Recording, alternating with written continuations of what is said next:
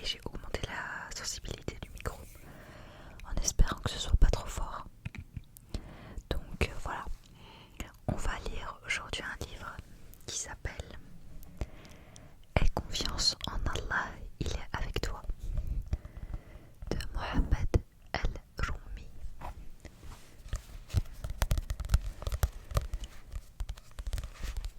Ce sera agrémenté de triggers par-ci par-là. On va pas faire tout le livre, mais on va parler d'un chapitre que je pense peut parler à tout le monde. Il s'agit du chapitre pour un peu nous donner espoir et nous rappeler à tous et à toutes qu'Allah est présent. Donc je voulais faire le chapitre sur la conviction qu'Allah soulage nos souffrances. Voilà, donc ça commence à partir de la page 59. On verra jusqu'où on s'arrête. Mais avant ça, un petit peu de tapping, puis notre petite routine du soir s'impose. C'est une amie à moi qui m'a offert le livre. Qu'Allah la récompense. C'est des livres que vous pouvez trouver chez Iqra ou d'autres librairies musulmanes, parfois même à la Fnac ou quoi, mais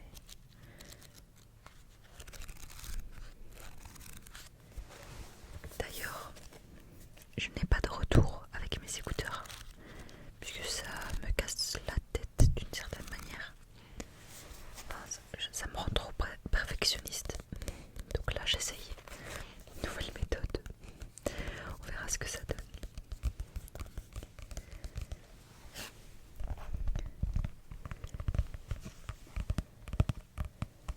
J'ai remarqué que je faisais les triggers assez lentement, alors que quand moi j'écoute l'ASMR, j'aime bien quand c'est un peu plus soutenu. Vous me direz. Bon, là c'est un peu plus rapide parce que j'en ai conscience.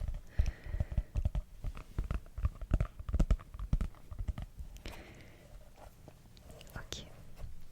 N'oubliez pas de liker, vous abonner et de commenter pourquoi pas si vous avez des triggers spécifiques et que vous voulez les entendre dans une prochaine vidéo, Inch'Allah. Installe-toi confortablement. Hop là, moi aussi je me mets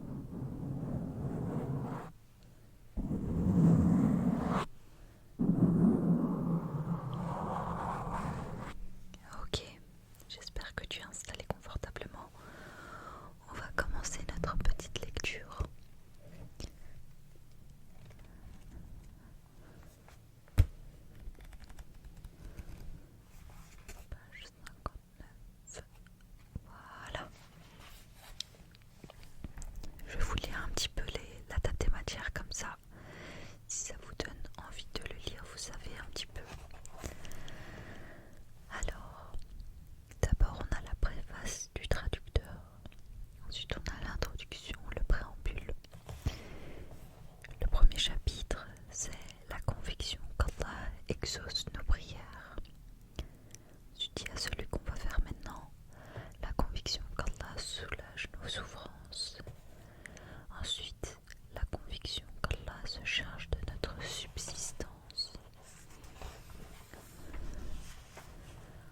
Après, il y a la conviction qu'Allah soutient l'appel à l'islam. Ensuite, la conviction qu'Allah fait triompher. Ensuite, la conclusion que la promesse d'Allah est véridique. Et enfin, il y a une conclusion.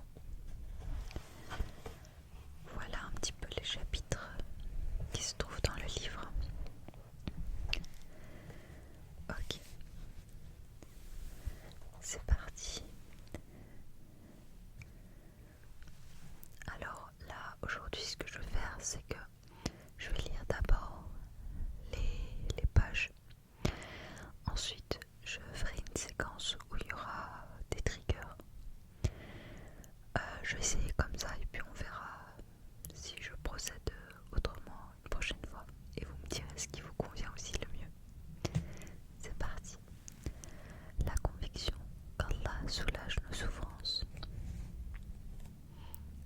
La confiance en Allah s'exprime également chez le croyant à travers sa certitude que Dieu soulagera ses peines et le délivrera de ses difficultés. Car lui seul est capable d'un tel miracle. Combien de fois le serviteur se retrouve-t-il dans la situation critique et face à des difficultés, croyant ne jamais pouvoir s'en sortir, et pourtant à peine met-il sa confiance en son Seigneur et se rappelle de sa toute-puissance, exalté soit-il, que la situation se dénoue et que ses problèmes disparaissent. Allah dit à juste titre, Sourate 65, verset 12, c'est Dieu qui a créé 7 cieux et autant pour la terre, et ses ordres descendent graduellement des cieux vers cette dernière, afin que vous sachiez que sa puissance n'a point de limite et que sa science embrasse toutes choses. L'importance d'avoir la conviction qu'Allah soulage les peines. La vie est faite d'épreuves, marquée par les vicissitudes et les revers de fortune, remplie de drames et de difficultés qui semblent se succéder. Un jour paisible laisse place à une succession de jours pénibles. Si un instant la vie te fait rire, pendant des heures elle te fera pleurer. Dans ce bas monde, rien ne dure. Allah subhanahu wa ta'ala dit, et si à votre tour vous avez subi un revers douloureux, sachez que vos ennemis eux aussi ont connu un revers semblable. C'est ainsi que nous faisons alterner les jours fastes et les jours néfastes parmi les hommes, afin que Dieu reconnaisse les vrais croyants et élise parmi nous des martyrs, car Dieu n'aime point les injustes. Sourate 3, verset 140. Entre richesse et pauvreté, faiblesse et bonne santé, l'homme alterne entre chance et fatalité, passant des honneurs à l'avilissement et l'indignité. Certains sont éprouvés par un handicap ou par une maladie, d'autres par des enfants ingrats, d'autres encore par une épouse ou un époux au caractère détestable et de mauvaise compagnie. On commence un commerce qui peine à prospérer, des voisins difficiles à gérer, etc., etc., etc. Tant de maux et de douleurs qu'on ne pourrait les dénombrer.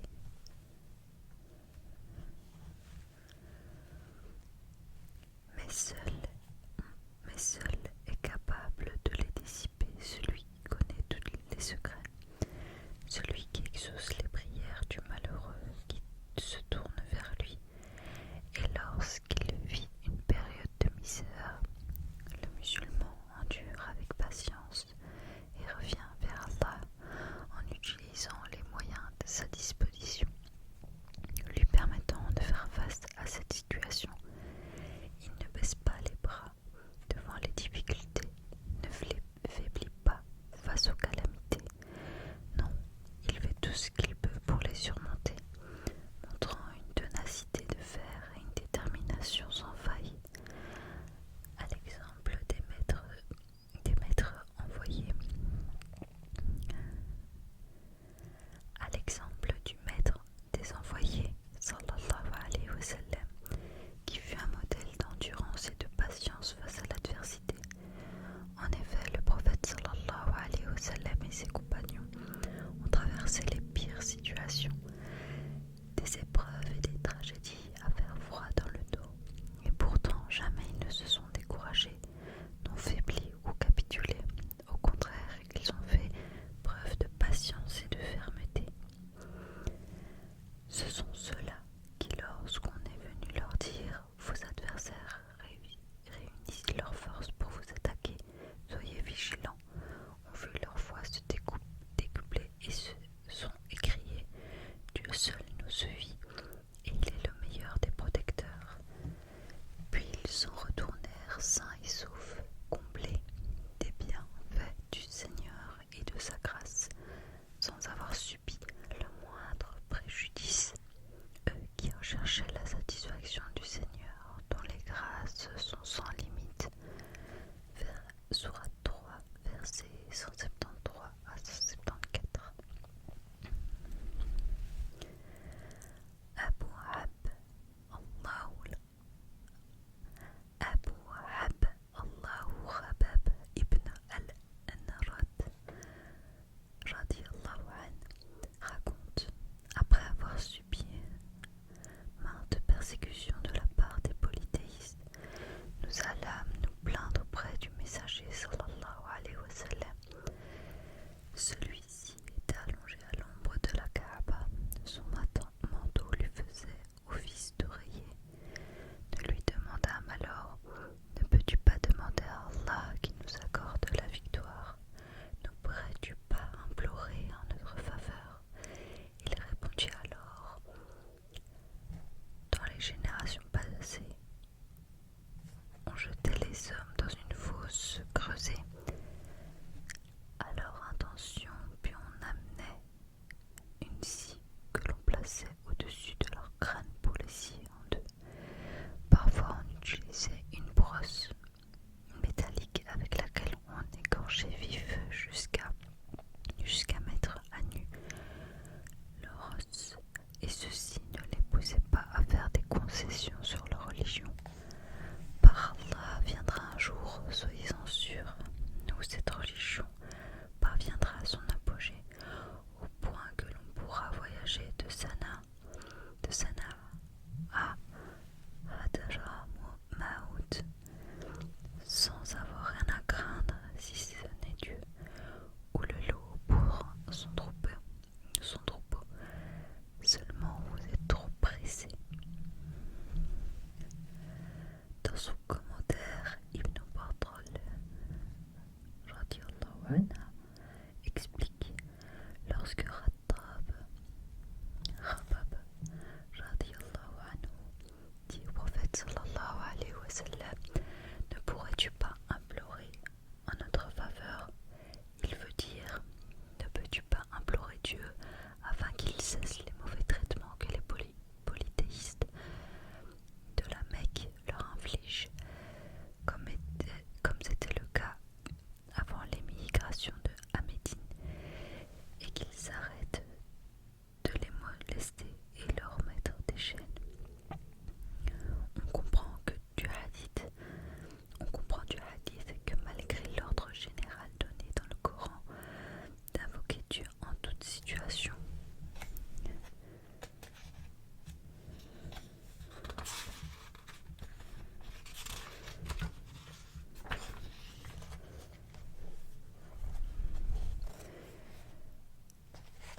attendez,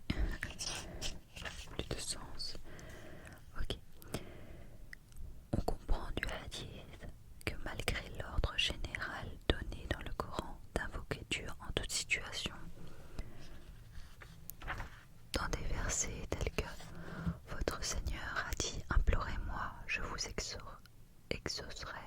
Quant à ceux qui par orgueil refusent de m'adorer, ils entreront la tête basse dans la géhenne. Sourate 40, verset 60. Que n'ont-elles imploré la bonté divine lorsque nos châtiments s'est abattu sur elles, notre châtiment s'est abattu sur elles, mais leur cœur s'était endurci et le démon avait embelli à leurs yeux leur acte pervers. Sourate 6, verset 43. Si dans ce cas précis, le prophète sallallahu alayhi wa sallam s'est abstenu d'invoquer, c'est uniquement parce qu'il savait qu'Allah, conformément à sa volonté et sa sagesse, allait certainement les éprouver afin de les rétribuer, à l'instar des prophètes par le passé et de leurs alliés, ceux-là qui ont tout supporté pour la cause de Dieu face à l'adversité. Alors Allah leur a accordé son soutien et sa victoire, les faisant triompher, les gratifiant d'une récompense illimitée. Quant à ceux qui ne font partie des prophètes, il leur incombe d'implorer Dieu dans toutes les épreuves, car ils n'en connaissent pas l'issue. En outre, y a-t-il plus belle adoration que l'invocation, cet acte qui assure aux croyants une des trois choses que le prophète sallallahu alayhi wa sallam lui a promises. On peut également voir dans ce hadith une confirmation de la prophétie à travers l'affirmation du messager d'Allah sallallahu alayhi wa sallam que la religion atteindra son apogée, se propageant et dominant conformément à la promesse divine faite à ce dernier. Toujours à propos de ce hadith, le cheikh Mohammed ibn Salih al-Uthaymin radiyallahu anhu déclare le hadith d'Abu Abdallah Rabab ibn al-Arrat radiyallahu anhu raconte le drame vécu par des musulmans de l'époque à la Mecque, opprimés par la tribu de Quraysh.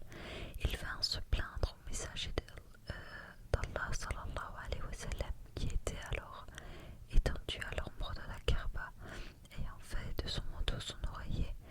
Là, il leur expliqua que ceux qui avaient vécu avant eux avaient subi des atrocités bien pires que celles-là. On creusait des trous pour les enterrer, on plaçait une scie sur leur crâne pour les couper en deux, ou on utilisait un peigne en métal pour égorger la peau jusqu'à l'os. Quel calvaire insupportable, quelle atroce souffrance. Ensuite, le prophète sallallahu alayhi wa sallam jure qu'Allah amènera sa religion à son apogée, c'est-à-dire qu'il fera triompher l'appel à l'islam et le message porté par son envoyé sallallahu alayhi wa sallam, de sorte que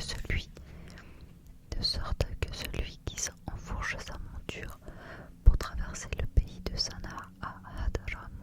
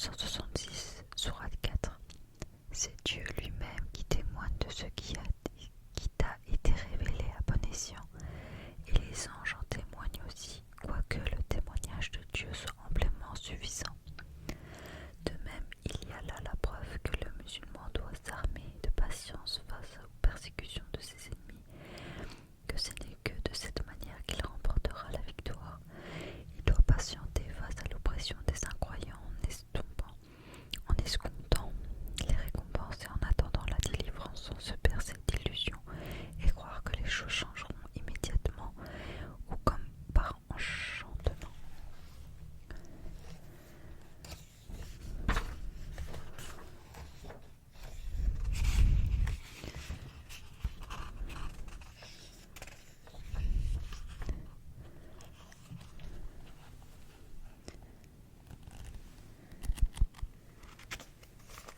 Ok, on va s'arrêter là pour la lecture des quelques pages.